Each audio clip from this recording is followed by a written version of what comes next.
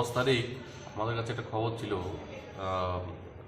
খেজুর বাগান এলাকাতে লোকনাথ রায় ওনার বাড়িতে ড্রাগস নিয়ে ড্রাগস ডিলাররা ডিল করছিল। সেই অনুযায়ী আমরা ওই বাড়িতে গিয়ে রেড করে আমরা লোকনাথ রায়কে আমরা গ্রেপ্তার করতে সক্ষম হই এবং ওখান থেকে আমরা গাঁজা পাই এবং সঙ্গে হেরোইন 300 কোটা উদ্ধার করি। আর লোকনাথ রায়ের স্বীকারোক্তি মূলে আমরা আরও একজনকে গ্রেপ্তার করি, দীপঙ্কর রায়।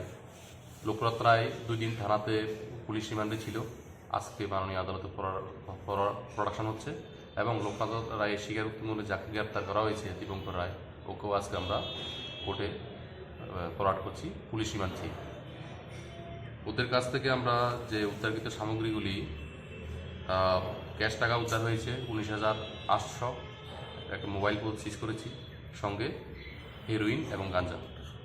উদ্ধারকৃত ড্রাগস এবং অন্যান্য সামগ্রীগুলির বর্তমান বাজার মূল্য হবে আনুমানিক 2 লক্ষ টাকা। আজকে আমরা মাননীয় আদালতে ওদেরকে প্রেরণ করছি। দুজনের বাড়ি খেজুর বাগান এলাকাতে। হ্যাঁ, বাড়ি থেকে অ্যারেস্ট করা হয়েছে। হ্যাঁ, তারা এমনিতে কী করে? তারা একজন এমনিতেই দোকান আছে এখানে, দোকান সঙ্গে এগুলি করছে। দীপঙ্কর রায়কে গতকালকে আমরা সন্ধ্যার সময় অ্যারেস্ট করেছি, আর লোকনাথ রায়কে আমরা 10 তারিখ অ্যারেস্ট করেছি।